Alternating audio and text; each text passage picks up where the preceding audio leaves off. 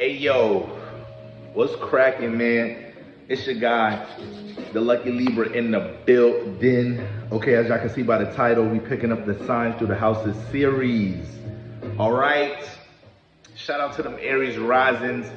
We jumping into that Aquarius in the 11th house. Now you may be a Pisces rising, you may be a Taurus rising due to intercepted houses. All right. Make sure you know where that ascendant lands. Make sure you know where that 11th house cusp lands. What is the 11th house? It's an air house. It's a social house, the outside realm, the public arena, associates, business partners, communities, groups, church, non-profits, all right? Social circle, all right? Ideologies developed through the collective, political sciences, relationships on a societal level, man. The 11th house, man, the house that rules astrology. Stop playing with me right now, okay? Shit. And now we got Aquarius here. We got the home sign here. All right, and shout out to the Aries risings with a gifted ass chart, gifted head ass niggas. All right, got all the signs at their home place. All right, I see you Aries rising doing your thing. Damn, do your thing then. All right, I ain't gonna get in your way, not at all. I'm definitely not gonna get in y'all niggas' way. All right, I'm a Libra sun. My skin's sensitive. I ain't durable like you Aries niggas. my cat rising come through for a nigga a little bit. You Aries risings could take some hits. I bruise easy. Anyways, we got Aquarius in the 11th house, fixed air, ruled by Saturn, co-ruled by Uranus. All right, the intellectual one that knows how to jump into the collective, understand why the collective is thinking how they thinking, and get their perspective and develop a whole new ideology, the original thought one. All right, now I always say Aries and Aquarius are two of the most individual signs in the zodiac. All right, both of these signs have a huge influence of individuality in their archetype, and that's where the fuck they get along, and they're the sextile signs. We know the 11th house sextile is the first house.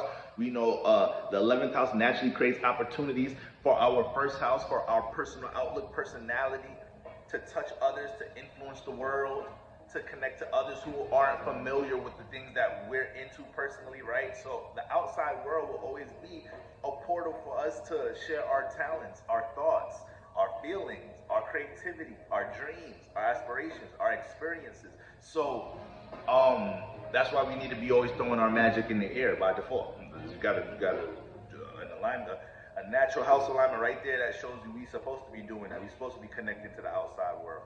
And with all of that, and with that being said, I know a lot of y'all have heard me say this before, but that's why a lot of people stunt their progress with things that they want to do in their life because they're reluctant to connect with unfamiliar entities out in the world, and you are, underestimating the opportunities you can create, staying stuck to what you know, who you know, where you're familiar with. But anyways, so when we look at that Aquarius in the 11th house, with Aries and Aquarius both sharing these traits of individuality, what happens here is, Aries take their individual Aries take their individual ass out into the world, and Aquarius in this house is able to allow Aries to make these relationships where Aries is fucking comfortable at. Aries is not a relationship sign. So if we talk about any sign that's mad selective, picky about who they associate themselves with, Aries has such a low tolerance for, being around unrelatable energies, on top of not being they're not really, a lot of Aries are not relatable. That's just what it is. So if you see Aries suns rises, if you see them niggas with people, they rock with them heavy. Those people don't come off as a nuisance. A lot of people come off as a nuisance and a burden to the Aries. All right. Now the Aries rising, this is the Aries archetype in general. When we talk about the Aries rising, obviously, guys, we got our suns, moons, develop all different type of characteristics. Okay, this doesn't mean Aries can't be giving people, caring people. Y'all should get my drift by now. All right. I don't have to go too deep into that. But with all of that being said, because Aquarius has an influence of relationship activity, but it hones in on this sense of the original thought, because Aquarius has so much pride when it comes into honoring their own ability to develop their own perspective. Now, Aries can gracefully go out into the world, and regardless of any friction this Aries rising deals with when it comes into relationship activity, especially like when it hits Libra in the 7th house, and you have to learn to balance and consider other people's feelings and thoughts and learn how to balance out, you know, your goals, you know, amongst group activity with different personalities and all this other different type of shit that Aries don't really give a damn about. It don't really have to deal with that in the 11th house. It can go out in the world and it can gravitate towards these people, these groups, these communities, these social spaces where the individual thought, where individuality, originality, you know, respect for somebody, you know, carving things out their own way. These are the type of groups the Aries rising can find themselves in. So if you see the Aries rising in a band, if you see the Aries rising a part of a nonprofit, if you see the Aries rising dealing with any type of group activity, it's really 9 out of 10 times it's usually a group of real individual like people that found themselves together supporting the same cause, not feeling like they're getting in each other's way. This is the type of element Aries feel like they could really thrive in when it comes into a relationship activity. All right, so you know, I'm telling y'all, look, if you're Aries rising, hold on, y'all. Let me I gotta grab my water.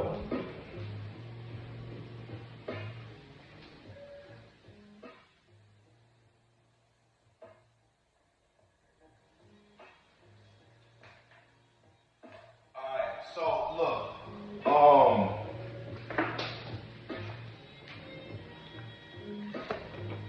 so just look at Aries rising group.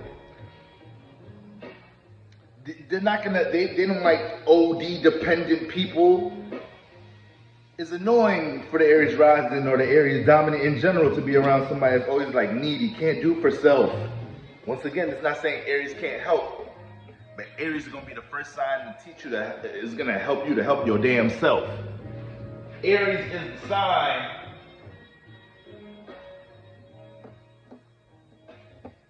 Sorry guys. I got my charger all over the place. All right. Let me come correct. So, Aries is the sign that will teach you how to fish so you could go ahead and, you know, feed your damn self. So, this is why Aries could start manifesting groundbreaking like results within group activity, because Aquarius in this house allows them to find these spaces, right? And that's usually how teams, groups form. That's really how teams, partnerships, and groups form in general. People are riding a certain frequency vibration and y'all gravitate towards each other to support whatever that goal, aspiration, that outcome that y'all want. But with Aquarius here and Aries here, like, Aries, y'all not understanding when I'm talking about individuality. I don't think y'all get it when I talk about individuality with Aries. Aries don't give a damn if y'all have y'all goals in common. Aries still don't give a damn.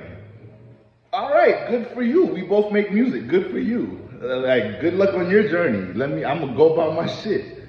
All right. So these are real tight-knitted relationships. Then these are not regular relationships. And that's what Aquarius can provide here.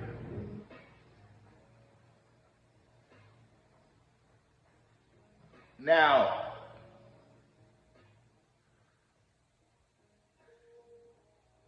the Aries rising is going to have certain chapters in their 11th house where you're going to have to learn to embrace somewhat of an executive position in a group and be able to make more rational, logical decisions for the group.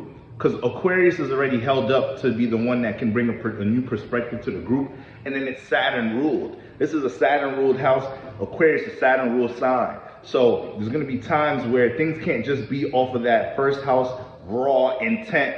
Yes, your intuition, your clairvoyance in your first house is one of your gifts, but you need to find the balance, right? With some sense of, discernment, steadiness when it comes into decision making, or anytime you find yourself in the 11th house in some form of a group partnership and they're trying to exalt you into a leadership authority position here.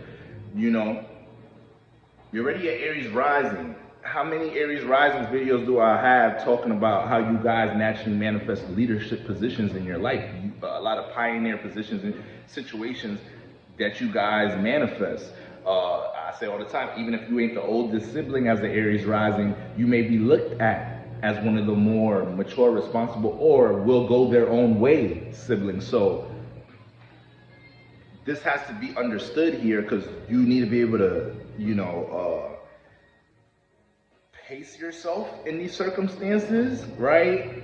And not try to conduct these decisions off of emotion when depending on what type of circumstance this is, you may be having other people's well-being, livelihoods in your life, in your hands or whatnot. So, yes, that's very important there, Aries rising.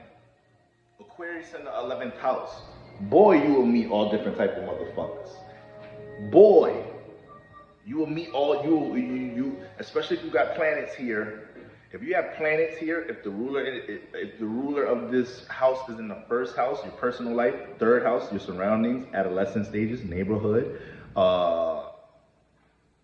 if they're in any, especially if they really fall into any of the first 6 houses, to be honest with you, you may be more inclined to be exposed to these relationships and environments at an early age. So if the ruler of this house is in one of the first 6 houses, or if you naturally have planets in here, especially if you have the sun and moon in here, and you are a sun and moon in Aquarius, all right? As an Aries rising, I know somebody like this, okay? And they'll watch this video and confirm every goddamn thing I'm saying. But with all that being said, yes, you'll be exposed.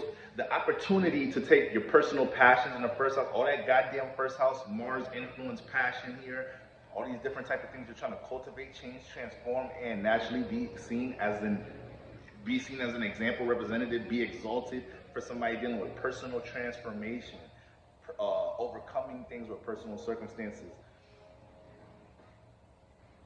You can find yourself taking this, energy, this influence in the first house, and molding it with others in the 11th house. Other people who are resourceful, Aquarius, who Saturn ruled.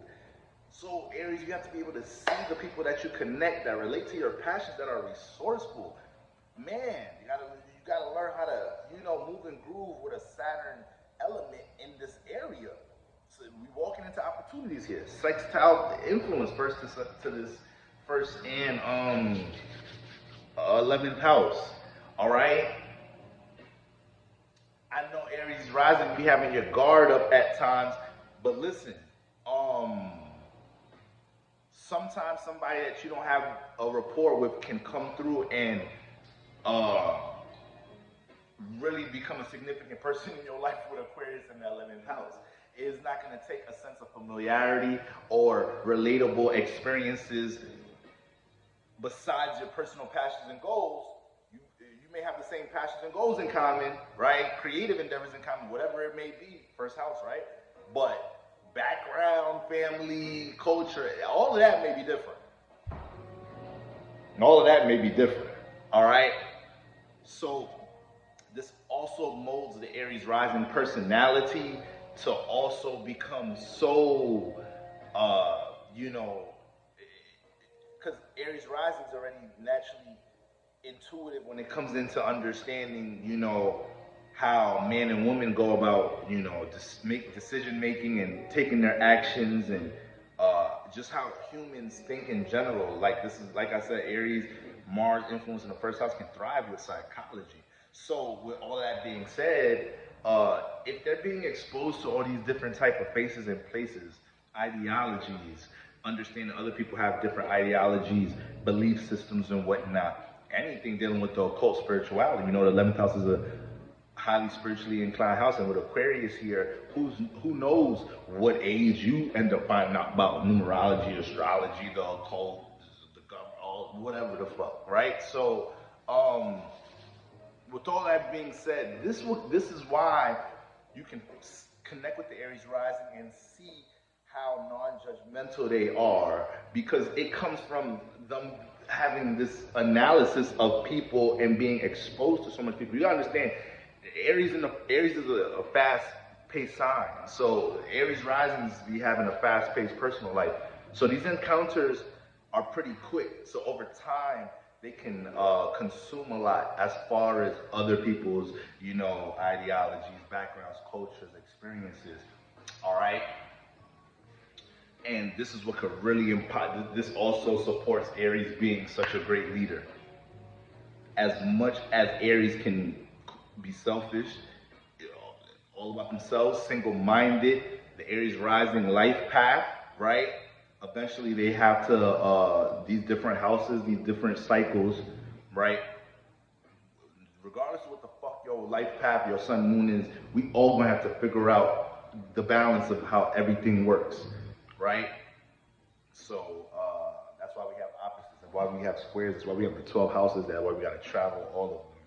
Okay, Aries, so you have to embrace all of this because it helps empower you to step into the many different forms of a leader that you may manifest in your life being an Aries rising. All right.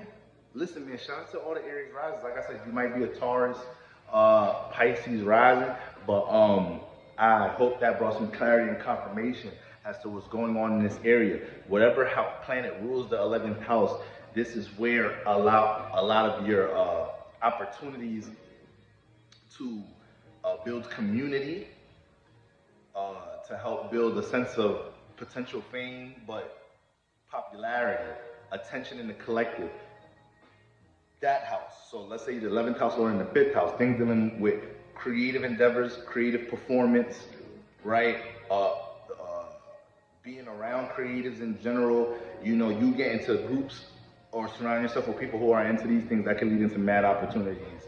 11th house and the 8th house, right? You find a way to either relate or, connect with others who are into things that either are directly support systems for the subconscious and any forms of healing, things dealing with the occult, things dealing with behind the scenes energy, what majority of the collective may be unaware about, and you being able to share this awareness, so these people can find themselves 11th house Lord in the 8th house.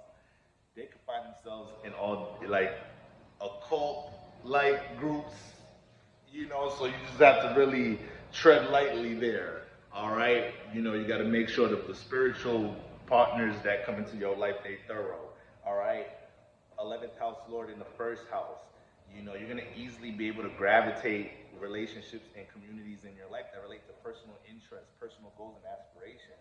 Explore these opportunities. All right. So wherever that 11th house Lord is at, whatever house it's in, when you connect with people who share experiences or influences of that house, pour into that relationship and see where that goes. All right, family, y'all already know the vibes. If you want to connect with the Lucky Libra, link is in the bio. Y'all already know what it is. Until next time, family.